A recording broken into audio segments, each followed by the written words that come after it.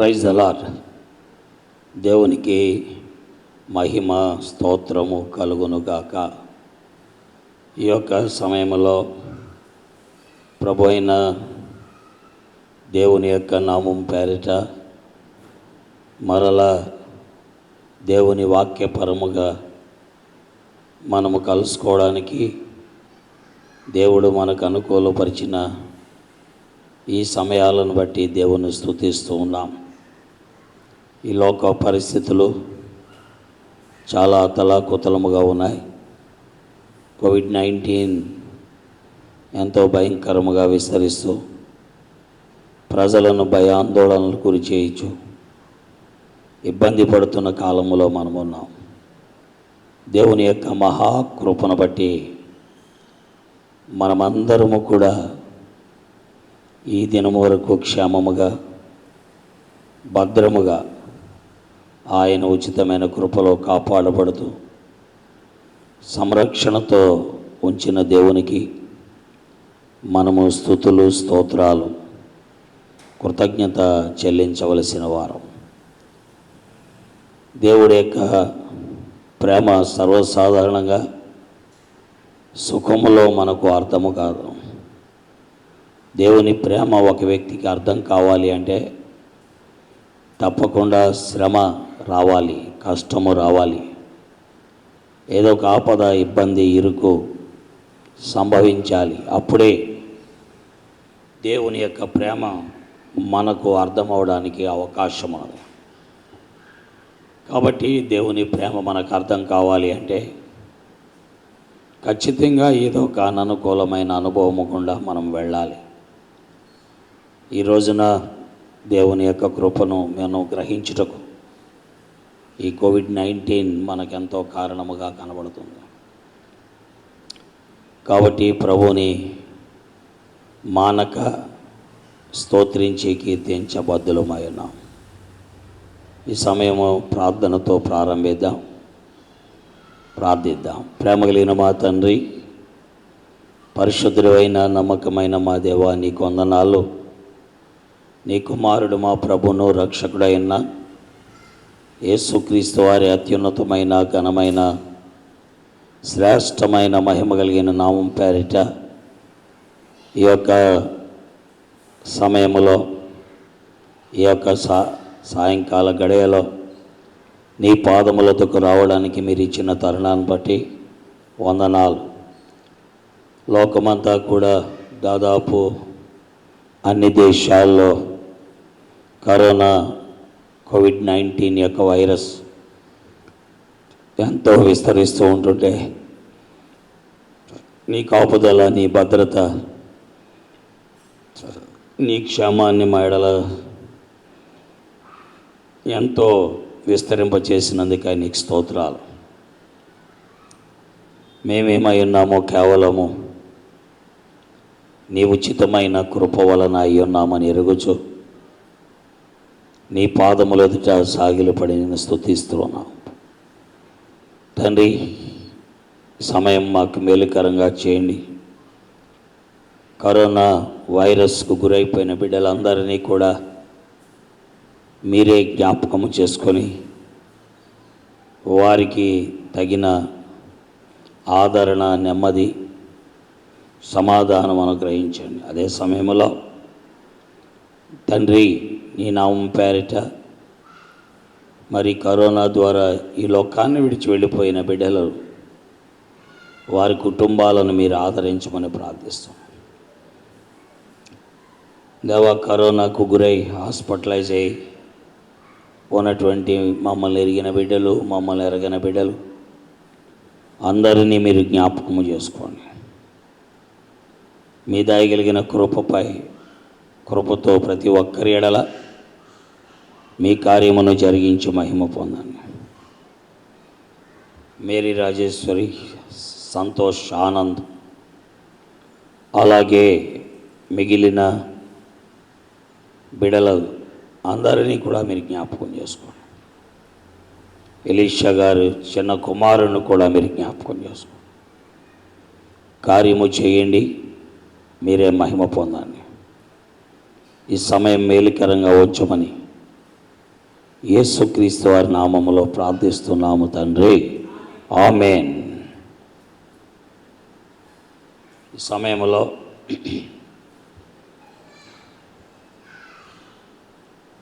పరిశుద్ధ గ్రంథం పైకి చూపిస్తూ మనము ఒక చరణం పాడుకుంటాం. ప్రేమా ప్రేమా ప్రేమా ప్రియుడవు నీవే, ఆనందమానందమే ఆనందమానందమే.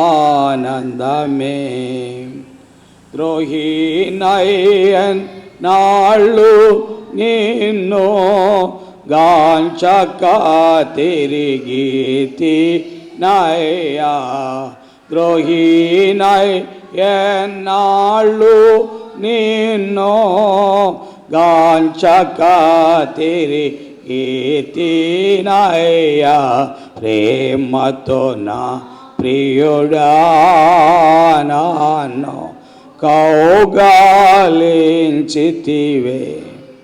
ప్రేమతో నా ప్రియుడా నన్ను కౌగాలించితివే. ప్రేమా ప్రేమా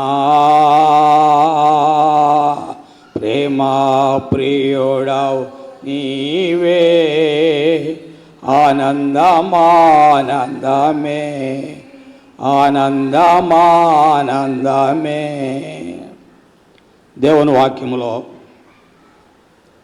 పరిశుద్ధ గ్రంథము నుండి యోహాను రాసిన మొదటి పత్రిక 4వ అధ్యాయము 18వ వచనాన్ని మనమందరము కలిసి చదువుకుంటాం. యోహాను రాసిన మొదటి పత్రిక 4వ అధ్యాయము 18వ వచనం. ప్రేమలో భయం ఉండదు, అంతేకాదు పరిపూర్ణ ప్రేమ భయమును వెళ్ళగొట్టును.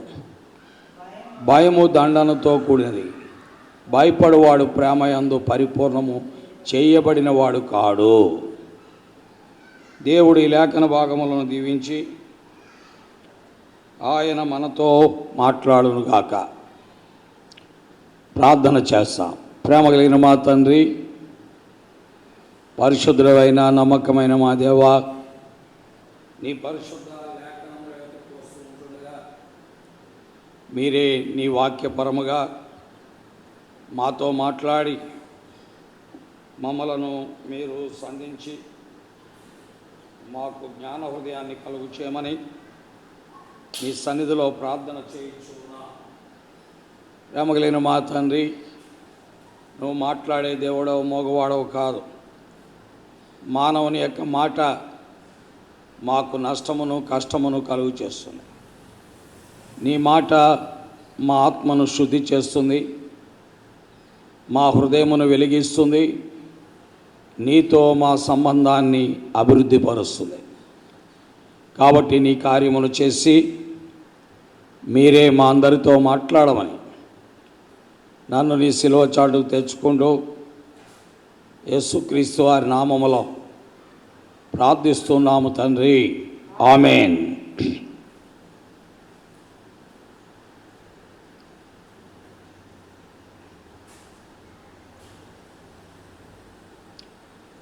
ప్రియులారా, దేవుని యొక్క లేఖనములలో ప్రేమను గురించి మనము ధ్యానము చేస్తూ వస్తున్నాం. దేవుని యొక్క వాక్య ప్రకారము దేవుని ప్రేమను ధ్యానించుటకు ఈ ప్రపంచములో మన ఆయుష్కాలము సరిపోదు. మనము ఈ భూమి మీద బ్రతుకుండే కాలం 70 సంవత్సరములు, అధిక బలం ఉంటే 80 సంవత్సరాలు. దేవుని ప్రేమను గూర్చి వివరించడానికి ఈ ఆయుష్కాలం అంతా మనం ప్రయత్నించినా వివరించలేము. అందుకనే ఒక పెద్ద పండితుడు ఆయన ఏమన్నారు అంటే, ఆకాశము ఎంత ఉందో అంత వైశాల్యము కలిగినటువంటి పుస్తకాన్ని మనము కలిగి ఉండి, ఈ ప్రపంచములో నదులన్నీలో నీరంతా కలిసి సిరా అయితే, ఈ భూమి మీద ఉన్న చెట్లన్నీ కూడా కలము అయితే, ఈ కలము అరిగిపోతుంది, సిర అయిపోతుంది. కానీ దేవుని ప్రేమను గూర్చి వ్రాయటము మిగిలిపోతుంది అని ఆ గొప్ప పండితుడు మాట్లాడుతూ వచ్చాడు. నిజమే ప్రియులారా, ఈ ప్రపంచములో ఉన్న చెట్లన్నీ కలముగా, మరి ఈ భూమి మీద ఉన్న నదులన్నీ సిరాగా, ఆకాశము అంతా ఒక పుస్తకముగా అయ్యి దేవుని ప్రేమను గూర్చి మనం రాయటం మొదలు పెడితే నిజముగానే మిగిలిపోతుంది. ఎందుకనగా ఈ భూమి పుట్టిన మొలకొని, మానవ నిర్మాణము చేపట్టిన మొలకొని దేవుని ప్రేమను వర్ణిస్తూ వచ్చిన బోధకులు ఎంతోమంది ఈ లోకాన్ని విడిచిపెట్టి వెళ్ళిపోయారు. ఆ తరువాత వచ్చిన బోధకులు వివరిస్తూ ఉన్నారు. ఇప్పటికీ ఆ ప్రేమ వివరించబడుతూ ఉన్నది. అయినా ఆ ప్రేమ సంపూర్ణముగా వివరించబడలేదు అని సాయంకాలం మీ జ్ఞాపకము చేస్తున్నాం. మానవుని ఎడల దేవునికి ఉన్న ప్రేమ అసమానమైనది, అది వివరించుటకు వీలు కానిటువంటిది. అందుకే దైవ గ్రంథములో దేవుని ప్రేమ ఎలాంటిది అంటే, అది అనంతమైనది, అంతము లేనిది, నిత్యమైనది, శాశ్వతమైనది, అంతేకాదు మరణమంతా బలమైనది అని దైవ గ్రంథం మాట్లాడుతూ ఉన్నది. కాబట్టి దేవుని యొక్క ప్రేమ ఐదంతలుగా ఉన్నది.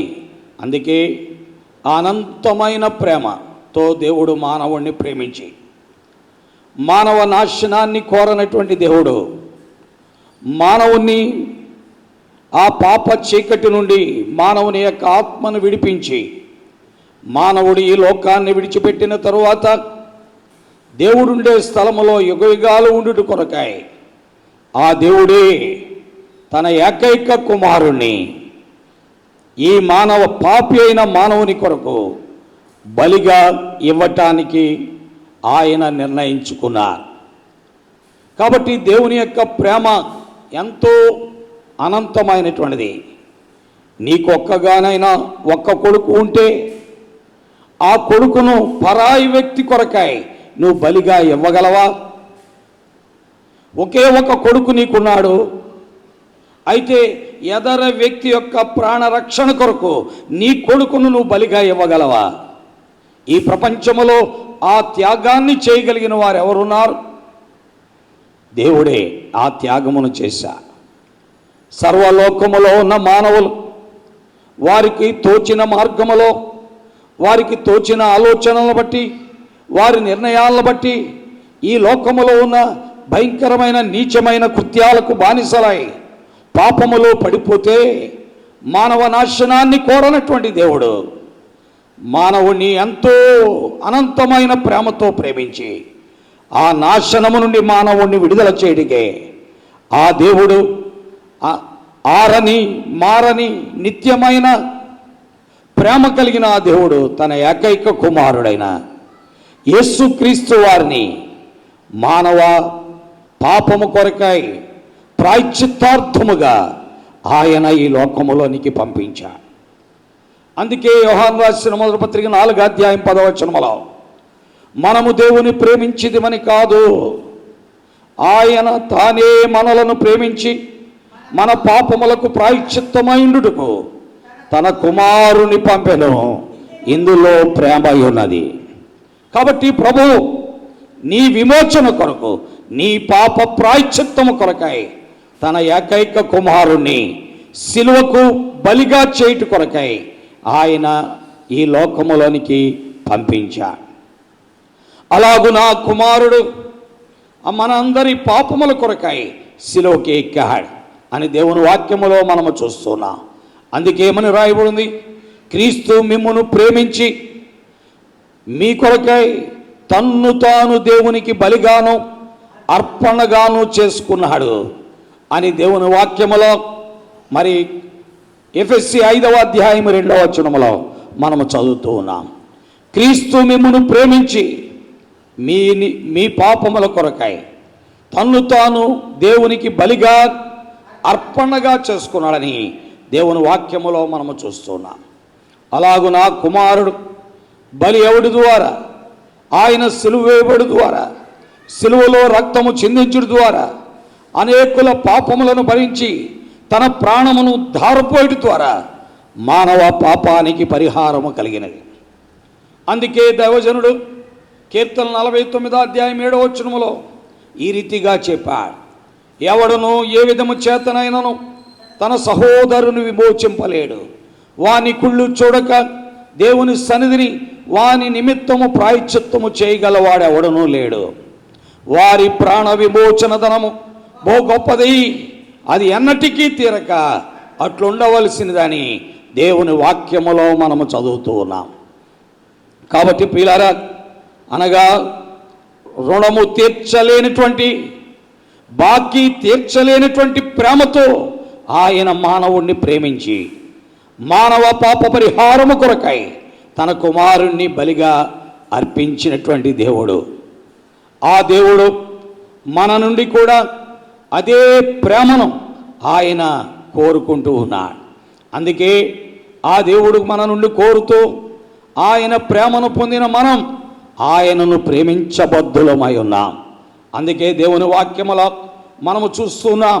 మరి యోహాను రాసిన మొదటి పత్రిక 4వ అధ్యాయం 16వ వచనములో మనం చదువుతూ ఉన్నట్లయితే, మన ఎడల దేవునికి ఉన్న ప్రేమ మనము ఎరిగిన వారమై, కాబట్టి మన ఎడల దేవునికి ఉన్న ప్రేమ మనము ఎరిగినట్లయితే ఆ ప్రభు అయిన యేసుక్రీస్తు వారిని నమ్ముకుంటాం, దాని అందు మనము నిలిచి ఉంటాం.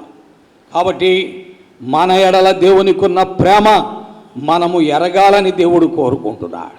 అలాగున దేవుని ప్రేమను మనం ఎరిగినట్లయితే మనము ఆ దేవుణ్ణి ప్రేమిస్తాం. అందుకే 19వ వచనములో చెప్పాడు, మనము ఆయనే మొదట మనలను ప్రేమించెను కనుక మనము ప్రేమించుచున్నాము. కాబట్టి ఆ దేవుడు మొదట మనలను ప్రేమించాడు, మనకు ఆయన్ని ప్రేమించటం చేత కాదు. ఆయనే మొదట మనలను ప్రేమించి మన పాపములకు ప్రాయశ్చిత్తమైండుకు కుమారుని పంపించి కుమారుని బలిగా ఇచ్చి ఆ కుమారుని యొక్క రక్తము ద్వారా మనలను విమోచించాలని ఆయనే మొదట మనలను ప్రేమించాను.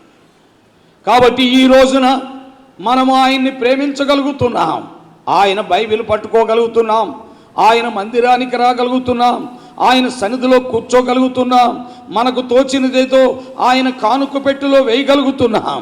మనము వీలైతే సమయం దొరికినప్పుడు ఆయన కొరకేదైనా చేయగలుగుతున్నాం. ఇవన్నిటికీ కారణం ఆయనే మొదట మనలను ప్రేమించెను గనుక మనము ప్రేమించుచున్నాం. అందుకే దేవుడు కోరుకునేది ఏంటంటే ఆయన ప్రేమను మనం ఎరగాలి. అలా ఎరిగినప్పుడు ఆ దేవుణ్ణి పూర్ణ హృదయముతో, పూర్ణాత్మతో, పూర్ణ శక్తితో, పూర్ణ బలముతో ఆయనను ప్రేమించాలి అని ఆ దేవుడు కోరుకుంటున్నాడు. కాబట్టి దేవుని ప్రేమను ఎరిగిన మనము ఆయనను అలాగున మనము ప్రేమించాలి. అలాగ పూర్ణ శక్తితో, పూర్ణ బలముతో, పూర్ణ వివేకముతో, పూర్ణ మనస్సుతో ప్రేమించినప్పుడు మనము ఖచ్చితంగా ఆయన ఆజ్ఞలను గైకొంటాం. దీని వలన మనము ఆయన ప్రేమయందు నిలిచి ఉన్నాం లేక కొనసాగుతున్నామనే విషయం అర్థమవుతుంది. అందుకే దేవుని వాక్యములో మనము యోహాను సువార్త 15వ అధ్యాయం 10వ వచనములో చూస్తున్నాం. ఏమని రాయబడింది? తండ్రి ఆజ్ఞను గైకొని నేను నా తండ్రి ఆజ్ఞను గైకొని ఆయన ప్రేమయందు నిలిచి ఉన్న ప్రకారము. కాబట్టి నీవు ఈ రోజున ఆయన్ని ప్రేమిస్తున్నావు అంటే రుజువు ఏంటంటే, ఆయన ప్రేమలో కొనసాగుతున్నావు అనే దానికి రుజువు ఏంటంటే ఆయన ఆజ్ఞలను గైకొనాలి. ఇది మొదటిది. కాబట్టి దేవుడు మన నుండి కోరుకునేది ఏంటంటే మనము ఆయన ప్రేమ యందు నిలిచి ఉండాలి, లేక ఆయన ప్రేమలో కొనసాగాలి. ఆయన ప్రేమ యందు నిలిచి ఉండుట, ఆయన ప్రేమలో కొనసాగుట అంటే ఆయన ఆజ్ఞలను గైకొనుట. కాబట్టి ఆలోచించు, నేను దేవుణ్ణి ప్రేమిస్తున్నానని చెప్పి ఆయన ఆజ్ఞలను గైకొననిడలా నీవు లేక మనము అబద్ధికులం అవుతాం. ఇది మొదటిది. అందుకనే you must continue in the love of Christ, or you must stand in the love of Christ. ఆ క్రీస్తు యొక్క ప్రేమలో నిలవాలి, ఆ ప్రేమలో కొనసాగాలి. ఇది మొదటిది. రెండవది, దేవుడు కోరుకునేది ఏంటంటే నీకు ఆయన ప్రేమ అర్థమైతే, ఆయన ప్రేమను నువ్వు గ్రహించినట్లయితే ఆయన ప్రేమ యందు నువ్వు అభివృద్ధి పొందాలి. అందుకే దెస్సలోనికలకు రాసిన మొదటి పత్రిక 4వ అధ్యాయం 12వ వచనములో మనము చూస్తున్నాం.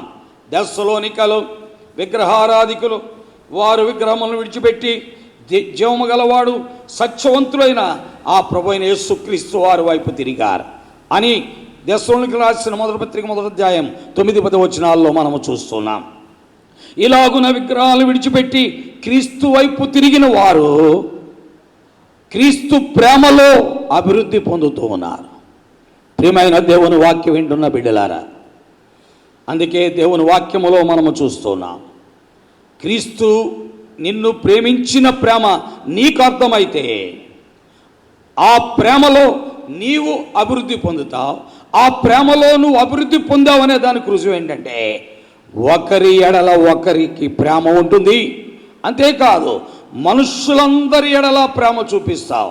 నీ కులము, నీ ఇంటి పేరు, నీ బంధువులు, నీ రక్త సంబంధులు, లేక నీ జాతి వారైతే కాదు, నీ గ్రామస్తులైతే కాదు, మనుషులందరి ఎడల ప్రేమ చూపిస్తావు.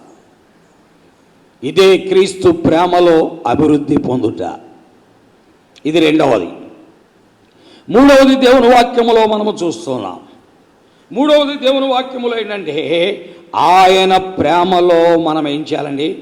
నడుచుకోవాలి. ఆయన ప్రేమలో మనం ఏం చేయాలి? నడుచుకోవాలి. అంటే you must walk in the love of Christ. క్రీస్తు యొక్క ప్రేమలో నడుచుకోవాలి.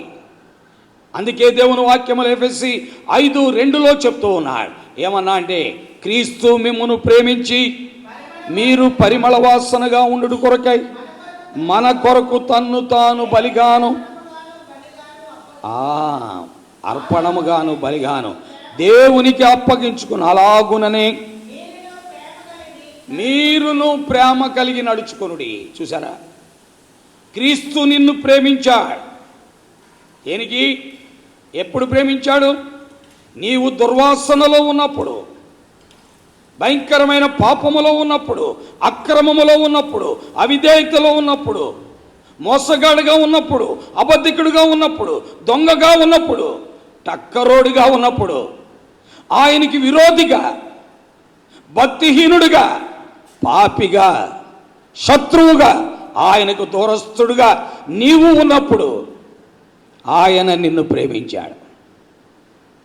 ఎందుకు? నీవు పరిమళ వాసనగా ఆయన కొరకు ఉండాలని. ఇలాంటి దుర్వాసనతో దూరంగా ఉన్న నిన్ను ప్రేమించి నీ కొరకై దేవునికి అర్పణగాను బలిగాను ఏం చేశాడు? అప్పగించుకునగా నీ కొరకై సిలువలో తన చేతులను అప్పగించాడు, తన కాళ్లను అప్పగించాడు, తన శిరస్సును అప్పగించాడు, తన యొక్క డొక్కను అప్పగించాడు. ఈ రీతిగా ఆయన చేతుల్లో మేకులు, కాళ్లలో మేకులు, ప్రక్కలో బళ్ళెపోటు, శిరస్సుపై ముళ్ళ కిరీటం, వీపు కొరడా దెబ్బలు చేతున్నబడి ఆయన శరీరము రక్తమయమైంది, గాయపరచబడింది. దేన్ని బట్టి? క్రీస్తు మిమ్మును ప్రేమించి మిమ్మును పరిమళ వాసనగా చేయడానికి మీ కొరకు అర్పణగాను బలిగాను దేవునికి అప్పగించుకున్నాడు. అనగా నిన్ను బళ్ళాలతో పడవాలి, నిన్ను నీ చేతులు కాళ్ళలో మేకులు కొట్టాలి, నీ ముఖం మీద ఉమ్మేయాలి, నిన్ను దుప్పటి కప్పి గుద్దలుగుదాలి, నీ వీపు కొడాలతో దున్నబడాలి, నీ డొక్కలో బళ్ళెపోటు పొడవబడాలి.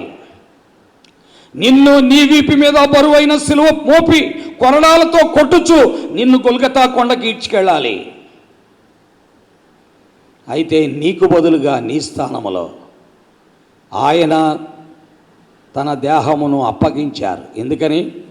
నీవు పరిమళ వాసనగా ఉండాలి, ఆయనకు సువాసనగా ఉండాలి, ఆయనకు సువాసన తీసుకురావాలి, ఆయనకు పేరు తీసుకురావాలి, ఆయనకు ఘనత తీసుకురావాలి, ఆయనకు మహిమ తీసుకురావాలని ఆయన నీ కొరకై నిన్ను ప్రేమించి సిలువకు అప్పగించబడ్డాడు. అలాగుననే మీరును ప్రేమ కలిగి నడుచుకొనుడి. కాబట్టి ఆ ప్రేమలో నువ్వు నడవాలి.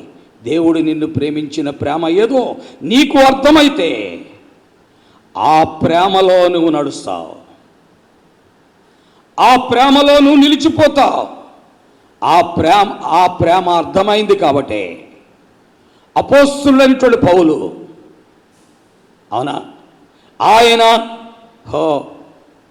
14 అధ్యాయంలో రాళ్లతో కొట్టబడ్డాడు ప్రభు కొరకు.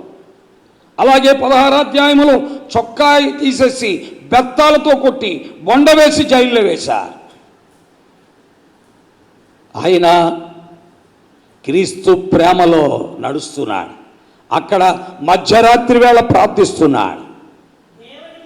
ఆ శ్రమలో, ఆ కష్టములో, ఆ తిరస్కారములో మధ్యరాత్రి వేళ పాటలు పాడుతూ ప్రార్థన చేస్తూ దొంగలందరూ మారిపోయే సువాసనగా ఉన్నాడు జైల్లో.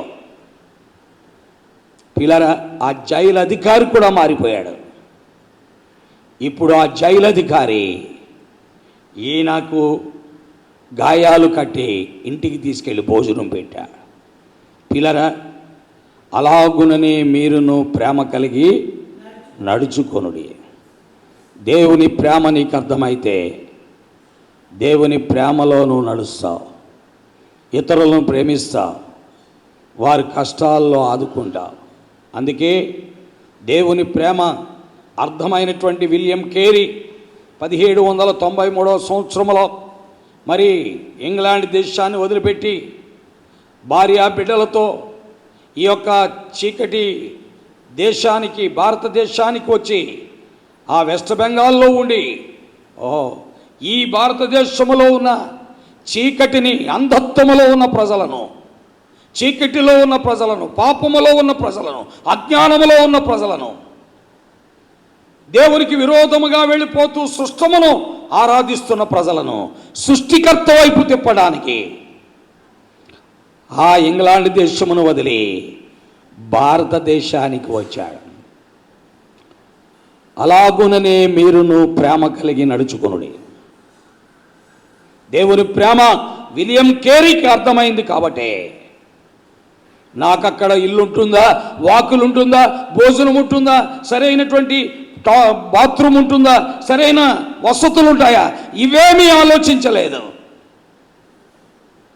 క్రీస్తు నా కొరకై మనుష్యుల పోలికగా పుట్టి దాసుని స్వరూపాన్ని ధరించి రిక్తుడై విధేయుడై శిలువమరణం పొందినంతగా తగ్గించుకొని ఆ పశువుల తొట్టులో పరుండబెట్టబడి పాపపు వీధుల్లో తిరిగినటువంటి ఆయనను పోలి నడుచుకున్నాడు. క్రీస్తు ప్రేమ నీకు అర్థమైతే అలాగుననే మీరును ప్రేమ కలిగి నడుచుకొనుడి. ఈ విలియం కేరీ అనే ఒక్క దైవజనుడే కాదు ప్రియులారా, ఎంతోమంది దైవజనులు అలాగ ప్రభు కొరకే బ్రతికారు. ఈ రోజున నీవు నేను బ్రతికే బ్రతుకు చాలా వారితో పోల్చుకున్నప్పుడు చాలా హీనమైనది. ఈనాడు నీవు నేను నడిచే నడక చాలా ఒక సున్నతో సమానము. కాబట్టి ఆలోచించుకుందాం. కాబట్టి మొదటిది, ఆయన ప్రేమ నీకు అర్థమైతే ఆయన ప్రేమలో నువ్వు కొనసాగాలి. Increase in the love of, continue in the love of God or stand in the love of God. రెండవది, increase in the love of God, ఆ ప్రేమలో అభివృద్ధి పొందాలి. మూడవది, ఆయన ప్రేమలో నువ్వు నడుచుకోవాలి. You must walk in the love of Christ. నాలుగవది, ఆయన ప్రేమ నీకు అర్థమైతే, నాలుగవది ఏమని చెప్పాం, గత పాఠంలో చెప్పాం, మీకు గుర్తుందో లేదో. నాలుగవది ఏంటంటే నిష్కపటమైన ప్రేమ కలిగి ఉండాలి. ప్రభు అయిన యేసుక్రీస్తు వారి ప్రేమ కపటము లేనిది. ఆయన ప్రేమలో స్వార్థము లేదు. ఆయన ప్రేమ మత్సరపడదు. ఆయన ప్రేమ డంబము పలకదు. ఆయన ప్రేమ స్వలాభమును అపేక్షించదు. ఆయన ప్రేమ పిల్లరా ఎంతో అద్భుతమైనది. అంటే దుర్నీతిని ద్వేషించి సత్యమునందు సంతోషించేదని మనం చదివినాం. రోమాపత్రిక 12:9 ఏమని రాయబడింది దేవుని వాక్యములో మనం చూస్తున్నాం. మీ ప్రేమ అది క్రీస్తు ప్రేమ నీకు అర్థమైతే నీ ప్రేమ నిష్కపటమైనదై ఉండాలి. అది క్రీస్తు ప్రేమ స్వప్రయోజనమును కోరదు. అది దుర్నీతిని ద్వేషించి దుర్నీతి అందు సంతోషపడక సత్యమునందు సంతోషపడేది. త్వరగా కోపపడనది, స్వలాభమును అపేక్షించినది, దీర్ఘకాలము సహించేది. ఇది క్రీస్తు ప్రేమ. కొరింథీయులకు రాసిన మొదటి పత్రిక 13వ అధ్యాయంలో ఉంటుంది. పిల్లరా, ఇలాంటి ప్రేమ నీకు అర్థమైతే నీవు కూడా ఏమై ఉంటావు? నిష్కపటమైన ప్రేమ కలిగి. ఈ నిష్కపటమైన ప్రేమ ఏం చేస్తుందంట? చెడ్డదానిని అసహించుకుంటుంది, మంచిదానిని ఏం చేస్తుంది? హత్తుకుంటుంది. అంతేకాదు అనురాగము కలిగి ఉంటుంది.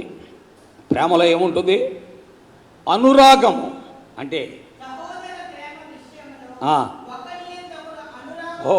ఒకరి ఎడల ఒకరికి అనురాగం ఉంటుందండి. ఘనత విషయంలో ఒకరినొకడు గొప్పగా ఎంచుకుంటారు. కాబట్టి ఆ దేవుని ప్రేమ నిష్కపటమైనది. అది నీకు అర్థమైతే నీ ప్రేమ కూడా నిష్కపటమైనదై ఉండాలి. ఆ ప్రేమ ఎలాంటిదంటే దుర్నీతిని యందు సంతోషించక సత్యమునందు సంతోషించేది. అలాగైతే ఆ ప్రేమ అర్థమైనటువంటి నీవు కూడా చెడ్డదానిని అసహించుకొని మంచిదానిని హత్తుకోవాలి. సహోదర ప్రేమ యందు అనురాగం కలిగి ఉండాలి. ఘనత విషయంలో ఒకరికంటే ఒకరిని గొప్పగా ఎంచాలి. ప్రియమైన దేవుని వాక్యం వెంటనే విడలారా ఆలోచిద్దాం, అలాగను నడుచుకుందాం. ఇది 4వది. 5వది దేవుని వాక్యములో మనం చూస్తున్నాం. 5వది ఏంటంటే మిక్కుటమైన ప్రేమ. దేవుని వాక్యములో మనం చూచాం. అది పేతురు రాసిన మొదటి పత్రిక 4వ అధ్యాయము 18వ వచనములో మనం చూస్తున్నాం. ఏమని రాయబడి చదవండి. పేతురు రాసిన మొదటి పత్రిక 4వ అధ్యాయము 8వ వచనం. 18 కాదు, 8.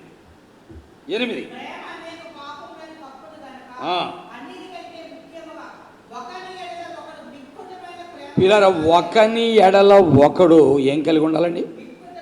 మిక్కుటమైన ప్రేమ. మిక్కుటమైన ప్రేమ అంటే ఫెర్వెంట్ లవ్. అర్థమైందా? Fervent love. 4వది ఏమనుకున్నాం? లవ్ వితౌట్ కన్నింగ్నెస్, నిష్కపటమైన ప్రేమ. 5వది ఫెర్వెంట్ లవ్ ఆఫ్ క్రైస్ట్. కాబట్టి we must be in the fervent love of Christ. క్రీస్తు యొక్క మిక్కుటమైన ప్రేమ మనము కలిగి ఉండాలి. ఎందుకంటే క్రీస్తు ప్రేమ మన దోషాలన్నిటినీ మర్చిపోయింది. సిగరెట్లు తాగింది మనం, తాగుడు తాగింది మనం, రోడ్లను తిరిగింది మనం, బూతులు తిట్టింది మనం, అవునా?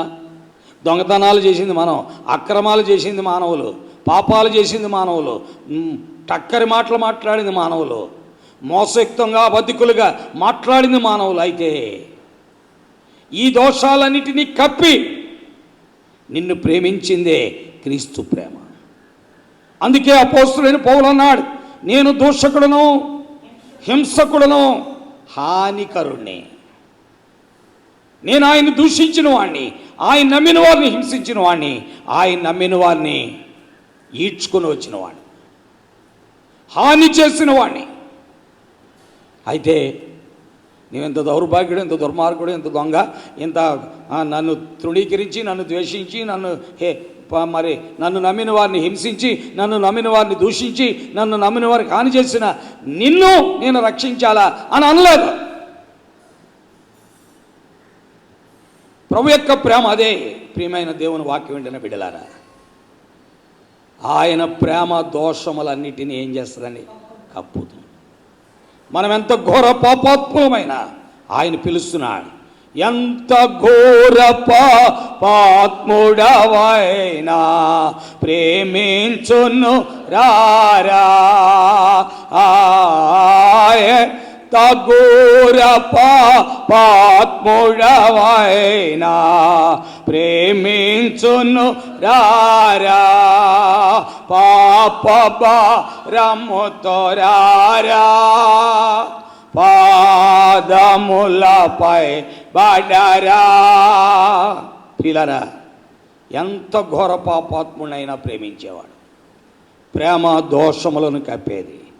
ఆ క్రీస్తు ప్రేమ మనకు అర్థమైతే మనము కూడా ఒకని ఎడల ఒకరము మిక్కుటమైన ప్రేమ కలిగి ఉంటాం. ఆడు పెద్ద దరిద్రుడు, ఆడు పెద్ద దొంగ, ఆడు పెద్ద దుర్మార్గుడు అని మనం అనుకోలేము. ఎందుకనంటే దేవుడే మనల్ని ప్రేమించాడు. మనలాంటి దుర్మార్గుల్ని, దౌర్భాగ్యుల్ని మనము కూడా ప్రేమించాలి. మనం దూషించేవారిని, ద్వేషించేవారిని, వెనకాల ఎన్నో మాటలు చెప్పుకునేవారిని, ప్రక్కన చెప్పుకునేవారిని, మనం కనపడతలేదనుకుని మన ఎదురుగుండానే చెప్పుకుని సడన్గా మనం చూసి పక్క తిరిగి మళ్ళీ చెప్పుకునేవారిని మనము తప్పగా ప్రేమించక తప్పదు. దేవుని వాక్యం, మన సొంత మాటలు కాదు ఇవి. కాబట్టి ఒకని ఎడల ఒకరు మిక్కుటమైన ప్రేమ కలిగి ఉండాలి. ఇది లేకపోవడం బట్టే ఈనాడు క్రైస్తత్వం దెబ్బతినిపోయింది. కాబట్టి పిల్లరా, ఇది 5వది. దేవుని వాక్యములో 6వది మనం చూస్తున్నాం. 6వది ఏంటంటే పెర్ఫెక్ట్ లవ్, పరిపూర్ణమైన ప్రేమ. యోహాను రాసిన మొదటి పత్రిక 4వ అధ్యాయం 18వ వచనంలో మనం చూస్తున్నాం. ఏమని రాయబడింది? ప్రేమలో భయం ఉండదు, పరిపూర్ణమైన ప్రేమ. Christ's love is perfect love. గుర్తుపెట్టుకో, క్రీస్తు యొక్క ప్రేమ పరిపూర్ణమైనది, సంపూర్ణమైనది. అందుకే దేవుని వాక్యములో యోహాను సువార్త 13వ అధ్యాయం 2వ వచనములో ఆయన తన వారిని ప్రేమించను, వారిని అంతము వరకు ప్రేమించినని యోహాను సువార్త 13వ అధ్యాయములో మనము దేవుని వాక్యములో స్పష్టముగా 2వ వచనములో మనము చూస్తున్నాం. ఏమని రాయబడింది చూడండి. దేవుని వాక్యంలో మొదటి వచనం,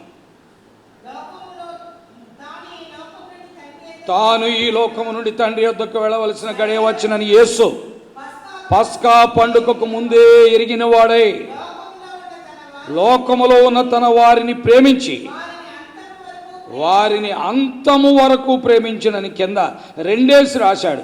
సంపూర్ణముగా ప్రేమించను లేక పరిపూర్ణముగా ప్రేమించను. God's love is a perfect love. God's love is a endless love. Endless love, అంతము లేని ప్రేమ, సంపూర్ణమైన ప్రేమ, పరిపూర్ణమైన ప్రేమ ఆయనది. ఆయన ప్రేమలో కపటం ఉండదు. ఆయన ప్రేమలో మరి చెడ్డదాన్ని కోరుకునేది ఉండదు. ఆయన ప్రేమ సత్యమైనది, ఎంతో శ్రేష్టమైనదని దేవుని వాక్యములో మనము చూస్తూ ఉన్నాం. ప్రియమైన దేవుని వాక్యం వింటున్న బిడ్డలారా, ఆయన ప్రేమ ఎలాంటిదో 5 అంతలుగా ముందే చూచాం. ఆయన ప్రేమ నిలిచుండేది, ఆయన ప్రేమ అభివృద్ధి పొందేది, ఆయన ప్రేమ నడుచుకునేది, ఆయన ప్రేమ కపటము లేనిది, ఆయన ప్రేమ మిక్కుటమైనది. That is the perfect love of Christ. క్రీస్తు యొక్క ప్రేమ పరిపూర్ణమైనటువంటి ప్రేమ. ప్రియమైన దేవుని వాక్యం వింటున్న బిడ్డలారా, ఈ 5 అంతల ప్రేమ యొక్క సారాంశమే ఆయన యొక్క పరిపూర్ణమైన ప్రేమ. ఎందుకని ఆయన ప్రేమ ఎంతవరకు ప్రేమిస్తుందంటే నీ కొరకే ప్రాణం పెట్టి అంతగా ప్రేమిస్తుంది. అందుకే దేవుని వాక్యములో పరమగీతములు 8వ అధ్యాయం 5వ వచనంలో మనం చదువుతున్నాం. ఏమని రాయబడింది? పరమగీతములు 8వ అధ్యాయం 5వ వచనం మనం చదువుతుంటే అక్కడ రాయబడిన మాట ఏంటండి? స్పష్టముగా మనం చూడగలం. ఏమంటున్నాడు? ప్రేమ మరణమంత బలమైనది, ఈర్ష్య పాతాళలోకమంత కఠోరమైనది. ఆయన ప్రేమ మరణమంత బలమైనటువంటిది. ఈ ప్రపంచంలో అన్నిటికంటే బలమైంది ఏదో తెలుసా? ఈ ప్రపంచంలో అన్నిటికంటే బలమైంది ఏంటి? మరణమే. అందుకే ఈ మరణ భయంతో కరోనా గురించి జనం భయపడిపోతున్నారు. కరోనా తాకిందంటే ఇక మరణమే. కరోనా గొంతులో ఉన్నంతసేపు పర్వాలేదు, గొంతులో నుండి ఊపిరితిత్తుల్లోకి వచ్చిందా ఇక మరణమే. కాబట్టి గొంతులో నుండి ఊపిరితిత్తుల్లోనికి రాకముందే నువ్వేం చేయాలి? ఆవిరి పట్టాలి. ఆవిరి ట్యాబ్లెట్స్ కొనుక్కొని, ఆవిరి క్యాప్సిల్స్ అని ఉంటాయి, ఆ క్యాప్సిల్స్ కొనుక్కొని రోజు ఆవిరి పెడితే ఆ ఆవిరి ఏమవుతుందంటే ఈ కరోనా ఉక్కిరి బిక్కిరైపోయి ఆ ఆవిరితో అవి ఏం చేస్తాడు, బయటకు వచ్చేస్తుంది. వెంటనే నీకు దగ్గు వస్తుంది. గట్టిగా దగ్గావంటే అది ఆ దగ్గులో బయటకు వచ్చేస్తుందని డాక్టర్లు చెబుతున్నారు. పిల్లరా, అంటే మరణ భయముతో మానవుడు ఎన్నో ప్రయత్నాలు చేస్తున్నాడు. ఈ కరోనా కోవిడ్-19 మరణకరమైనటువంటి వైరస్ ఇది. ఈ వైరస్ నుండే మానవుడు తప్పించుకోవాలని పరిపరి విధములుగా ఎంతో కలవరపడుతూ ఉన్నాడు. ప్రియమైన స్నేహితులారా, ఈనాడు నీ పక్కింటోడు కరోనా వస్తే నాకు రాలేదులే నువ్వు అనుకుంటున్నావు. జాగ్రత్త, అది ఎవరికైనా తాగడానికి అవకాశం ఉంది. నీ పక్కింటోడికి వచ్చింది, ఆడు పాపి, నాకు రాలేదంటే నేను నీతిమంతుడు నువ్వు అనుకోబాకు. ఏదో ఒక రోజు నీ దగ్గరికి కూడా వస్తుంది. కాబట్టి జాగరూకుడు అయి మెలకుతో ఉండు. అనవసరంగా అతడు పాపి, నేను పరిపూర్ణుణ్ణి, నీతిమంతుణ్ణి, చాలా యథార్థవంతుడిని నువ్వు అనుకోబాకు. నీ జీవితం నాశనం అవుతుంది. కాబట్టి గుర్తుపెట్టుకో. కాబట్టి పిల్లారా, ఈనాడు ప్రాణాంతకమైన కరోనాకు మనం ఎంతో భయపడుతున్నామే. అవునా? ఎందుకని? మరణం వచ్చేద్దని. అవునా? ఈ ప్రపంచంలో అన్నిటికంటే బలమైనది మరణమే. అన్నిటికంటే బలమైనది మరణమే. ఎందుకని? పిల్లారా, మరణాన్ని జయించిన వాడు ఈ ప్రపంచంలో ఒక్కడు కూడా లేడు. మరణం మీద అధికారం కలిగిన వాడు ఒక్కడు కూడా లేడు. మరణాన్ని నేను ఎదుర్కొంటాను, మరణమున నేను చేయలేదని చెప్పగలిగిన వాడు ఒక్కడు కూడా లేడు ఈ ప్రపంచంలో. వారు రాజులైన, అధికారులైన, మంచి విజ్ఞానవేత్తలైన, పండితులైన, శాస్త్రులైన, వేదాంతముల యందు జ్ఞానులైన వారు మరణాన్ని ఎదుర్కోలేరు. మరణం ముందు ఎలాంటి వాడైనా బలాదురైపోతాడు.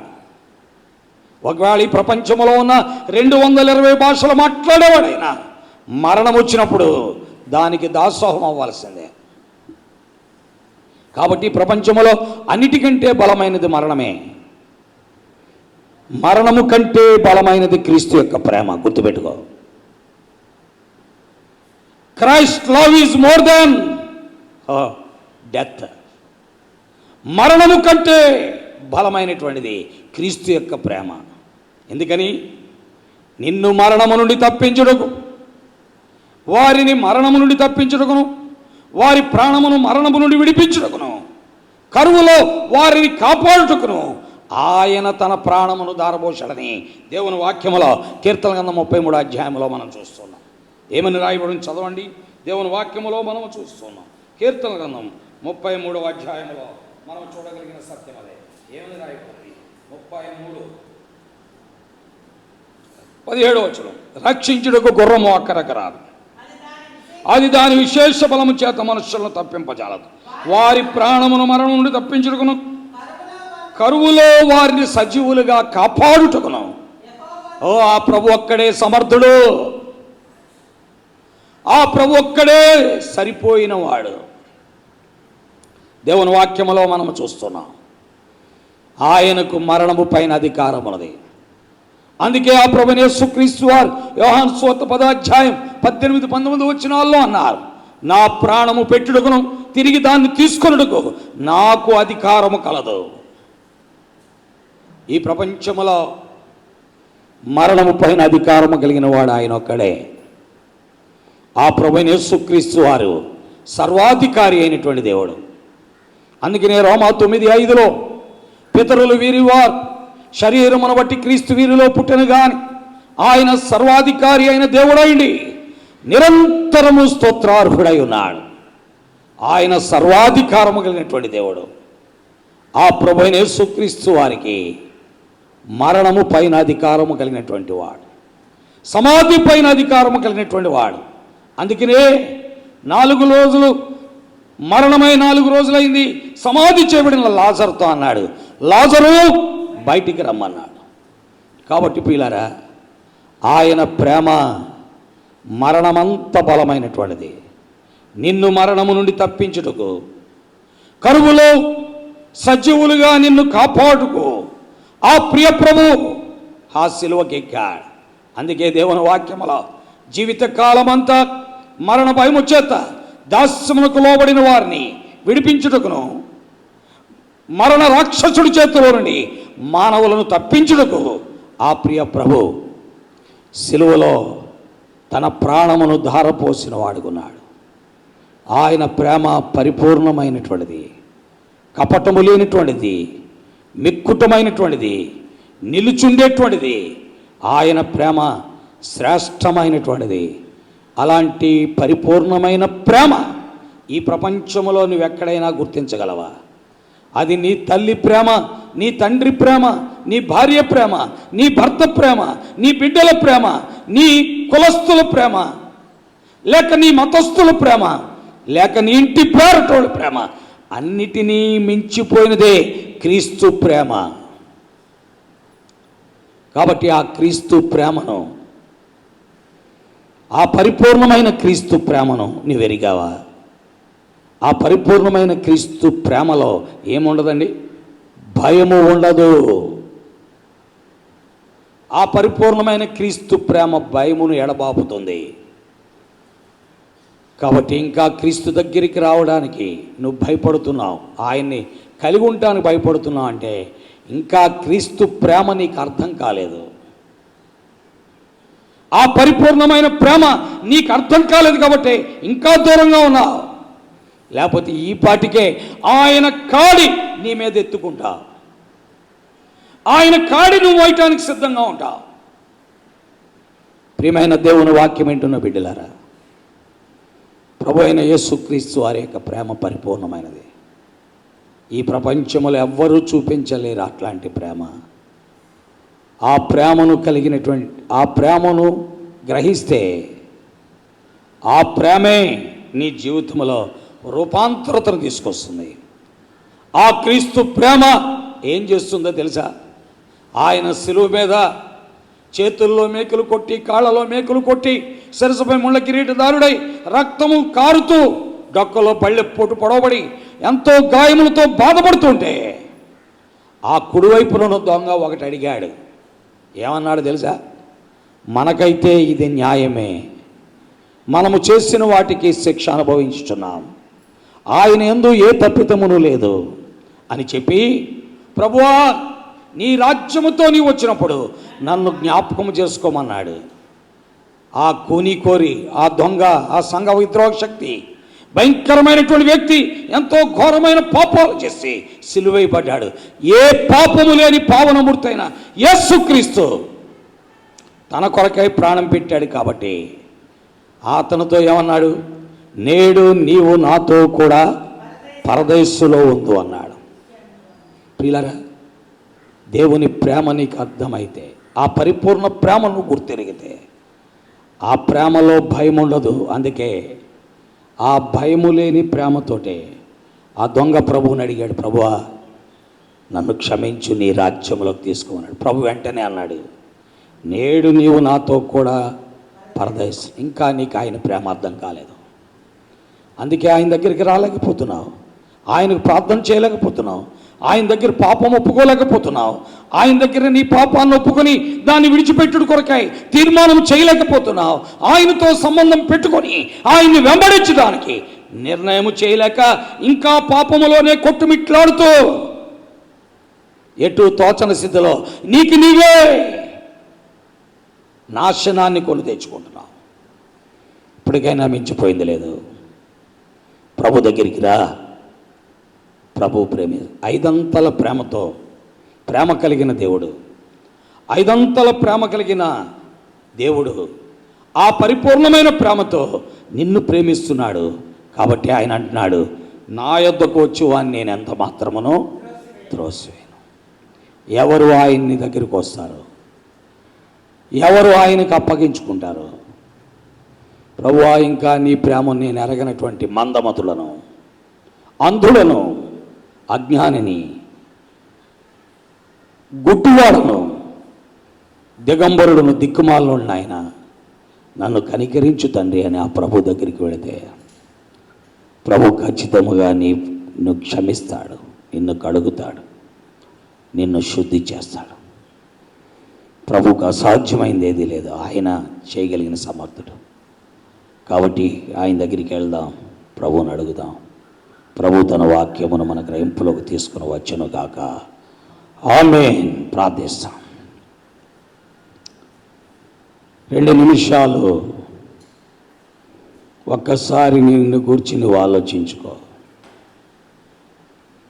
నీకు ఇంకా ఆయన ప్రేమ అర్థం కాలేదు కదూ, అందుకే దూరంగా ఉంటున్నావు. ఇంకా ఆయన నీ ఎడల చూపిన ప్రేమ ఏంటో నువ్వు ఇంకా గ్రహించలేదు కదూ, అందుకనే ఇంకా ఆయనకు దూరంగా వెళ్ళిపోతున్నావు. ఆ ప్రభువు నిన్ను కోరుకుంటున్నాడు. ఆ ప్రభువు నీ పాపమును క్షమించాలని అపేక్షిస్తున్నాడు. ఆ ప్రభువు నిన్ను రక్షించాలని అపేక్షిస్తున్నాడు. ఆ ప్రభువు కాడి నువ్వు మొయ్యాలని అపేక్షిస్తున్నాడు. ఆ ప్రభు యొక్క మార్గంలో నువ్వు నడవాలని అపేక్షిస్తున్నాడు. ఆ ప్రభు కొరకే నువ్వు ఒక పరిమళ సువాసనగా ఉండాలని ఆయన కోరుకుంటున్నాడు. కాబట్టి ఆలోచన చేసి ఆ ప్రభు దగ్గరికి రా. ప్రభు పాదాల దగ్గర సాగిలపడు. ఆయనకు అప్పగించుకో. ప్రభువా, నేను పాపిని, క్షమించు, రక్షించు అని ఆయన దగ్గరికి రా. ప్రభు క్షమిస్తాడు.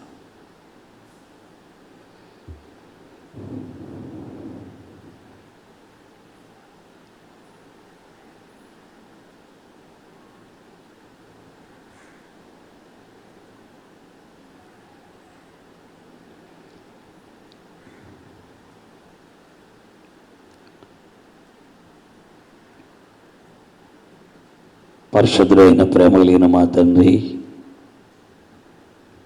జీవము కలిగినటువంటి మా ప్రియమైన ప్రభువా, నిన్న నేడు నిరంతరము ఒకటి రీతిగా ఉండి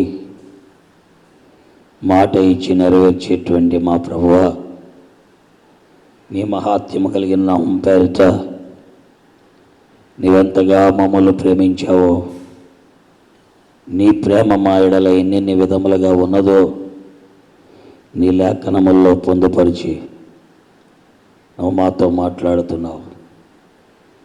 మమ్మల్ని అందరినీ మిక్కుటముగా ప్రేమించిన దేవుడు, నిష్కపటమైన ప్రేమతో ప్రేమించిన దేవుడు.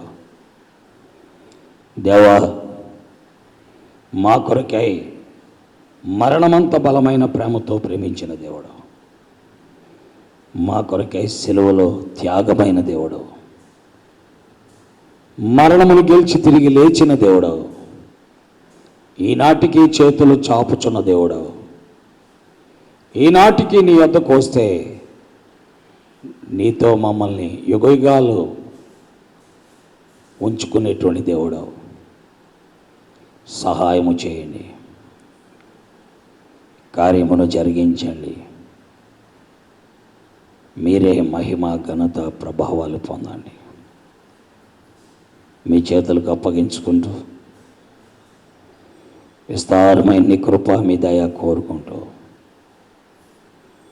నీ పరిశుద్ధ పాదములతో సాగిలపడుతూ ఎవరెవరు ప్రార్థించుకుంటూ నీ వద్దకు వస్తూ తమ పాపములు ఒప్పుకొని తమ ఆత్మలను శుద్ధి చేసుకున్నట్టుకు, రక్షించబడుటకు అపేక్ష కలిగి నీ వైపు చూస్తున్నారు, వారందరినీ కూడా మీరు దర్శించండి.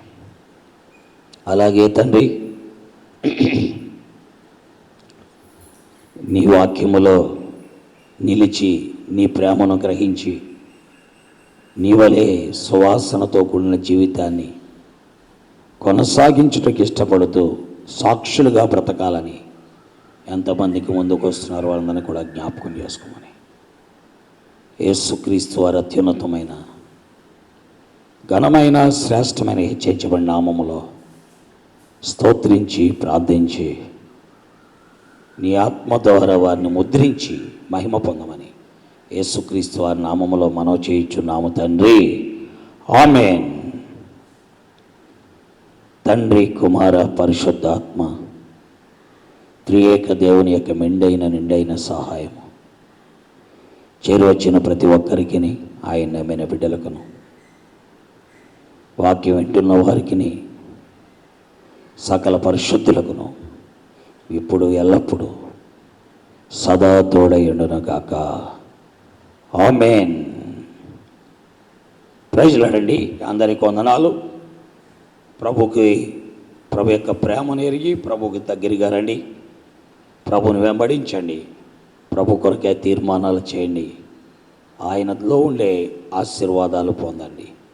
ప్రభు మిమ్మల్ని దీవించి ఆశీర్వదించునుగాక. ఆమేన్.